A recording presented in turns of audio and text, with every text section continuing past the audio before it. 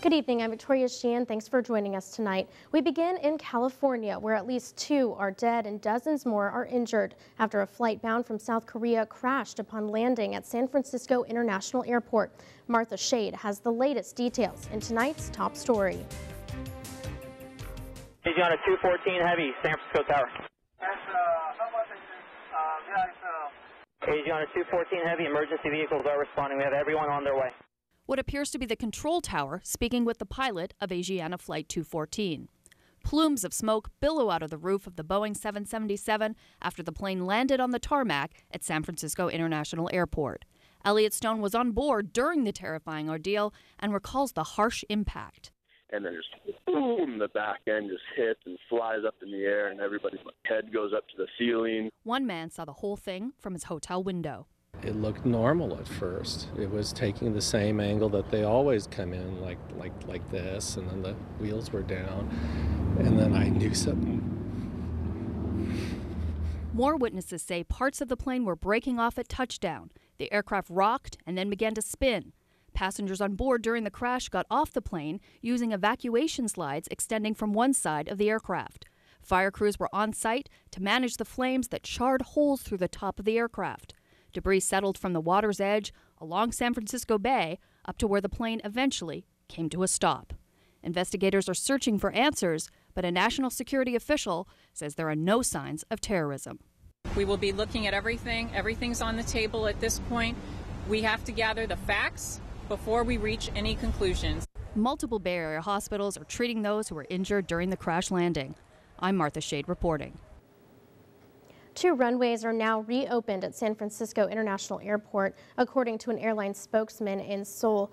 291 passengers and 16 staff members were on board. Well, a story that we're following here at home is the rain. Recent heavy rains created big problems to our north. Flooding tore up a road in Decatur. Crews were out yesterday trying to repair the damage, and it looks like the messy weather will be sticking around. Forecasters are calling for rain through Sunday. So, with a first check on Alabama's home team forecast, Isaac Williams joins us now. And Isaac, what can we expect here? Fortunately, Victoria, most of the rain for tonight has since diminished, but earlier today we had lots of rain showers, just light rain across West Alabama. The heavier activity was over to our east. Places like Anniston got over 3 inches of rain today, lots of flooding there, and over the last 48 hours we've got near 1 inch of rain here in Tuscaloosa, but over an inch of rain for the northeastern sections of Alabama, and even higher totals down towards the coast. And with all the rain, it kept us about 15 degrees below where we should be for this time of the year. 79 degrees was the afternoon high temperature today, 76 for Birmingham and 75 for Huntsville, but some warmer weather is coming into the forecast for the first part of the week, but some more rain chances come back in the forecast for the latter half of the week. I'll have your full forecast coming up later in Home Team Weather. All right, thanks so much, Isaac. Well, Central High School held a dedication ceremony today in honor of a very influential figure from the school's past. Many city leaders, former football players, family and friends gathered to pay their respects to former head football coach Lou C. Mims Jr. The school renamed their athletic complex to the late teacher, coach, and mentor who spent 35 years in the Tuscaloosa City school system.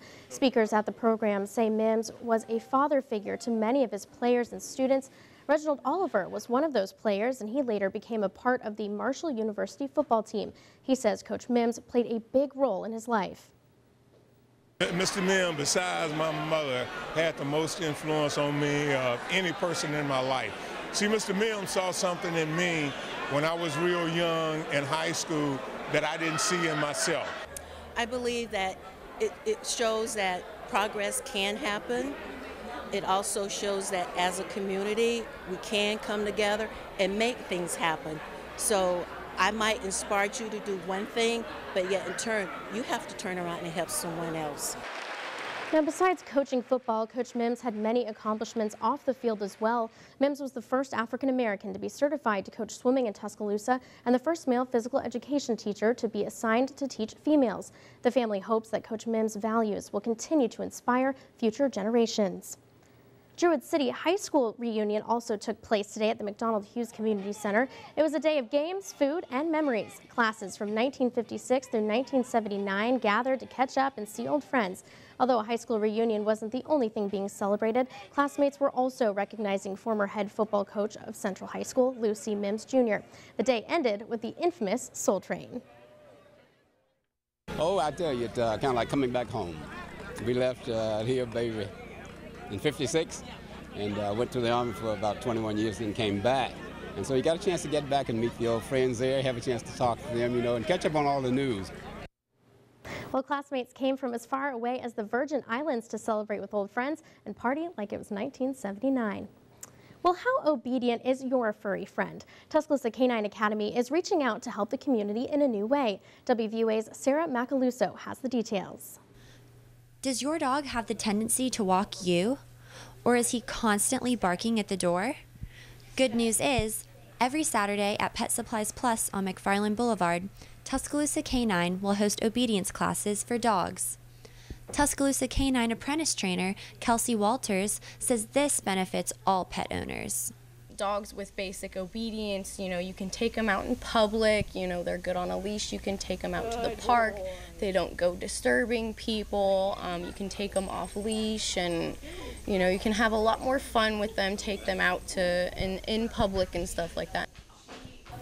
Walters says one major factor of training your dog is to learn how to communicate with them and what motivates them.